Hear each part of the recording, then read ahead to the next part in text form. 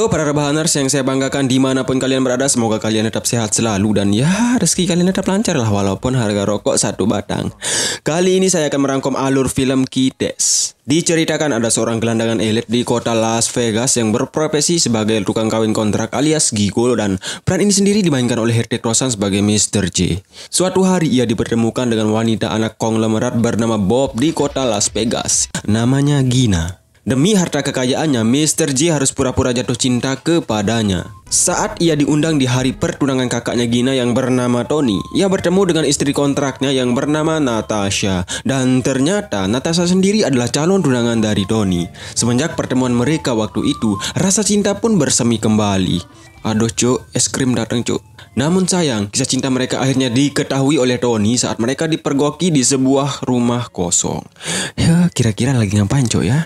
Demi memperjuangkan hubungan asmaranya, mereka lalu kemudian kabur dari Las Vegas. Tanpa banyak basa-basi dan banyak omong di awal, seperti apakah petualangan mereka demi memperjuangkan cintanya, lalu bagaimana jalan cerita cinta mereka yang begitu indah dan berakhir tragis? Ya, kita langsung saja cek alurnya.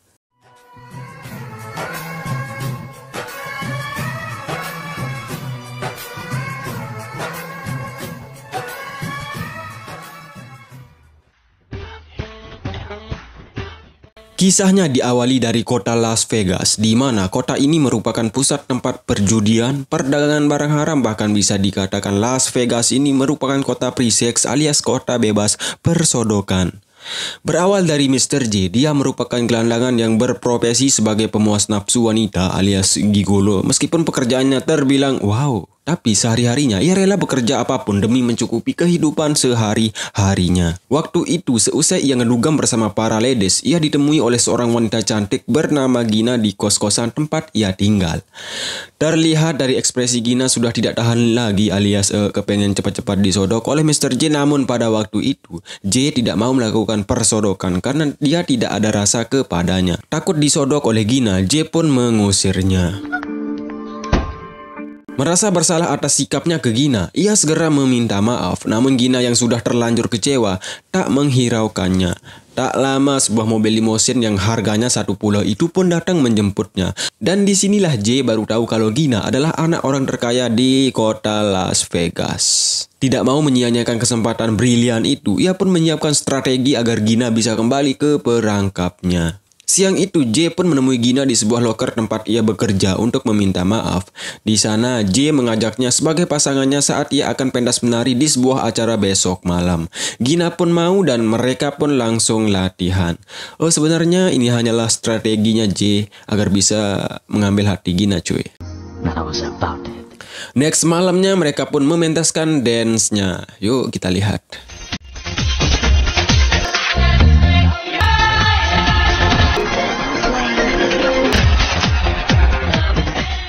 Setelah mementaskan dance ala-ala anak rapper tersebut, Bob, ayah Gina, sangat bangga kepada J karena telah merubah Gina menjadi wanita multi-talent.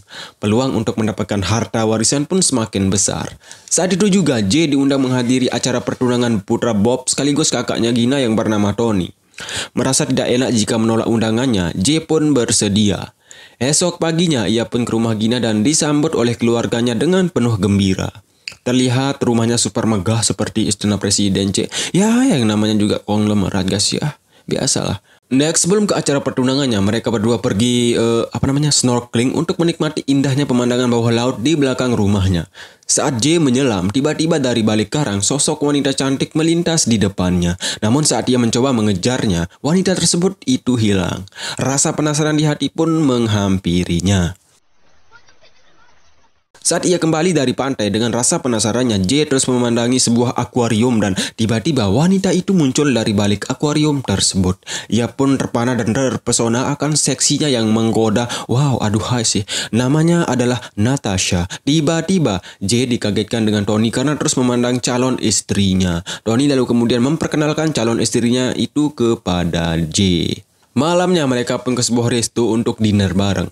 Bukannya ngobrol, J terus memandangi Natasha seolah-olah J pernah ada ikatan dengannya. Paginya, Tony dan Natasha pun melangsungkan acara pertunangannya. Dengan wajah ceria, J hanya bisa memandang dari kejauhan meskipun sebenarnya hati tak merelakan. Siapakah Natasha ini sebenarnya, guys? Jadi beginilah cerita sebenarnya. Beberapa bulan sebelumnya, J sudah kawin kontrak dengannya. Di antara ratusan wanita yang ia kawini, hanya Natasha yang membuatnya jatuh cinta. Namun pada waktu itu, mereka hanya kawin kontrak hanya semalam dan setelahnya Natasha hilang kabar. Jadi begitu cerita sebelumnya, cuy. Oke, next, J hanya bisa tersenyum meskipun luka menghujam hatinya. Bahkan ketika mereka liburan, J terus memandangi Natasha meskipun ia tahu itu adalah calon istri orang. Ada pelajaran yang bisa saya ambil di sini, ngap, yaitu cinta itu memang buta. Tak kenal siapapun orangnya. Kalau sudah ngerasa nyaman, ya tunggulah rasa sakitmu. Wow, keren cuy. Malamnya ketika Natasha murung sendirian di teras rumahnya, J datang menghampirinya untuk menghiburnya. Saat sedang asik-asiknya, Tony memanggil Natasha untuk masuk kamarnya. Dengan spontan, J pun merasa cemburu melihat perlakuan Tony ke Natasha. Esok malamnya, J kemudian diajak ke hotel milik Tony. Di sana, ia melihat Bob sangat kejam memperlakukan orang-orang yang telat bayar hutang. Saat itu juga, ia dikasih sebuah pistol untuk membunuh salah satu orang. Namun karena ia merasa kasihan, J kemudian menasihati orang tersebut dan melepaskannya. Melihat sikap baiknya, Bob pun merasa bangga punya calon menantu seperti J. Kemudian saat ia diajak jalan-jalan di seputaran hotel, tiba-tiba ia dihadiahi sebuah mobil untuknya. Dan Bob akhirnya merestui hubungannya dengan Gina. Malam menjelang pernikahan Tony, keluarga besarnya mengadakan makan bersama. Lewat pesan singkat, J kemudian mengirim sebuah pesan ke Natasha. J meminta agar Natasha mau bertemu dengannya untuk yang terakhir kalinya. Menerima tawaran dari J, Natasha kemudian meminta izin ke Tony agar malam ini ia bisa tidur di apartemennya untuk yang terakhir kalinya.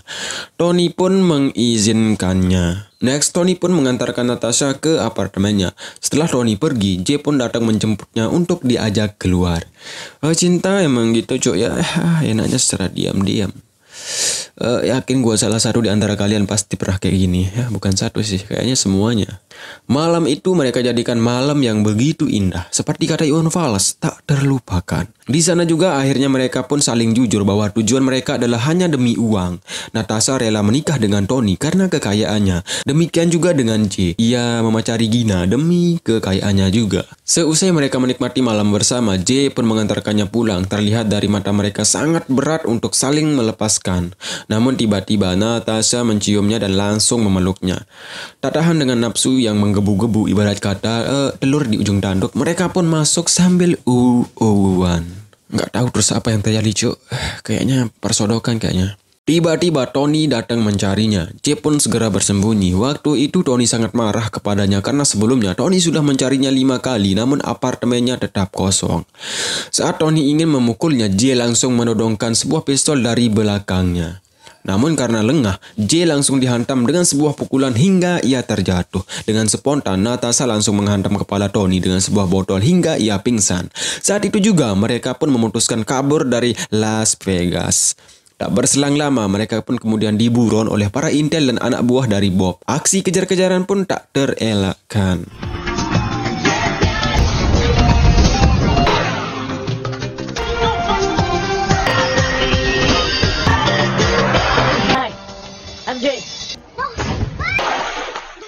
Setelah lolos dari kejaran para polisi, mereka kemudian terdampar di hutan Amazon. Di sana mereka saling menyalahkan atas apa yang mereka lakukan malam itu. Dan kini mereka menjadi orang miskin lagi. Tapi untung saja waktu itu Natasha masih membawa sebuah ATM yang diberikan oleh Tony. Dan ATM tersebut adalah satu-satunya harapan mereka.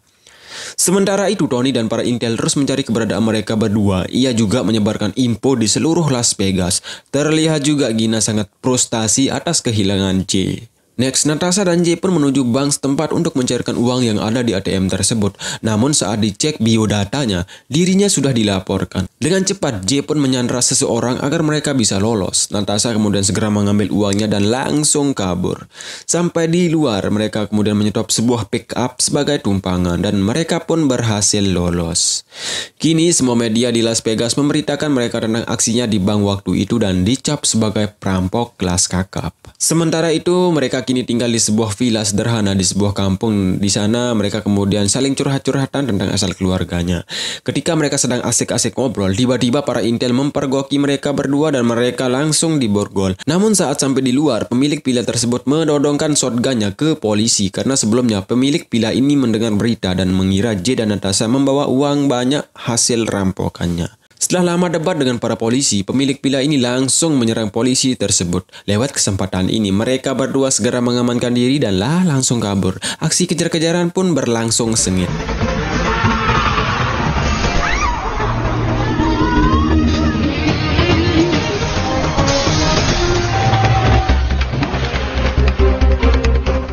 Setelah selamat dari kejaran para polisi tersebut, J segera mengobati lengan Natasha yang terluka parah sambil dia mengelus-elusnya dan sedikit sangis sih kayaknya. Next saat ia bersama temannya, ia melihat berita tentang dirinya yang sedang diburon. Tidak ingin masalah ini semakin ribet dan ruwet, J kemudian merencanakan menyerahkan Natasha ke Tony. Waktu itu juga, J menyuruh temannya mengantarkan Natasha ke rumah Tony. Namun saat ia bersedih dan menangis atas kepergiannya, tiba-tiba ia langsung ditampar.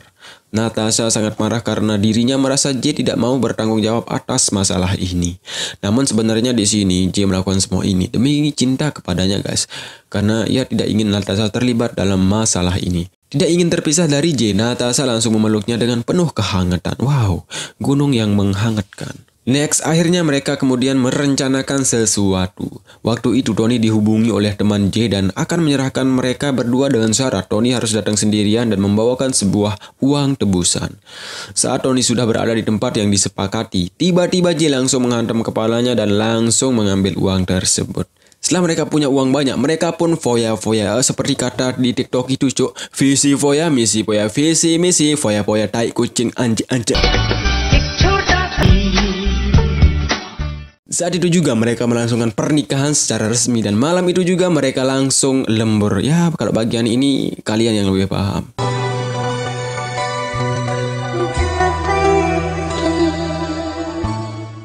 Namun saat J dan Natasha ingin melakukan ritual mantap-mantap, salah satu temannya memanggilnya. Wah parah ini orang cuk, nggak tahu, nggak ngerti banget.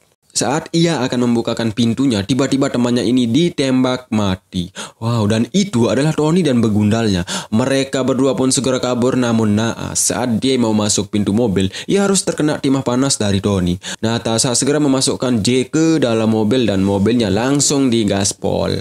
Aksi kejar-kejaran pun terjadi lagi dan terjadi lagi. Saat berhasil lolos dari kejaran Tony, Natasha kemudian segera menyelamatkan J. Ia memasukkannya ke dalam kereta pengangkut rumput. Dengan penuh kesedihan, Natasha terpaksa meninggalkan J demi keselamatan dirinya. Saat itu juga Natasha terus dikejar oleh Tony, hingga ia sampai di sebuah bukit es. Tak ada jalan untuk kabur, Natasha pun akhirnya memutuskan untuk bunuh diri.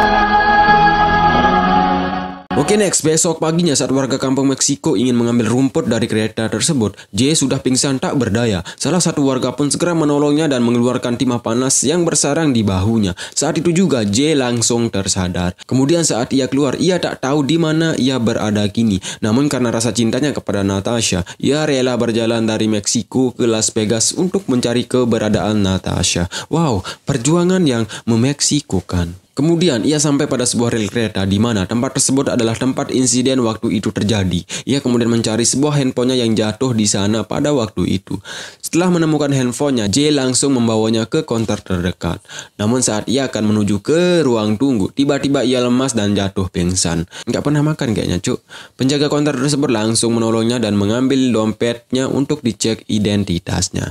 Tak lama ia pun tersadar dan penjaga tersebut langsung memberikan handphonenya yang sudah jadi. Tiba-tiba Tony dan para begundalnya datang, karena sebelumnya saat penjaga ini mengecek identitasnya, ia menghubungi sebuah nomor di kartu identitasnya. Mendengar kedatangan Tony, J pun langsung kabur. Dan saat Tony masuk ke konter tersebut, ia tidak menemukan siapapun di sana. Merasa ditipu, Tony sangat marah. Namun penjaga tersebut langsung memberikan dompet J yang ketinggalan. Kemudian Tony langsung menyuruh para begundalnya menyisiri tempat tersebut. Sementara itu J terus berusaha kabur dari tempat tersebut. Ia kemudian berhasil lolos setelah kereta api melintas di tempat tersebut. Next, J kemudian mendapatkan sebuah pesan terakhir untuknya dari Natasha. Gini katanya, "Aku akan pergi. I love you sayang." Wow, menyedihkan. Singkat cerita guys, J kemudian bertemu dengan sopir pribadi Tony di mana sopir ini merupakan teman dekatnya dulu. Namun tiba-tiba Tony dan para penggunanya pun datang dari arah belakang. Di sana J dihajar habis-habisan. Kemudian saat Tony ingin membunuhnya, sopir tersebut langsung menabrak Tony untuk menyelamatkan J. Saat mereka di dalam mobil, akhirnya J diberitahu oleh sopir tersebut bahwa Natasha sudah mati bunuh diri.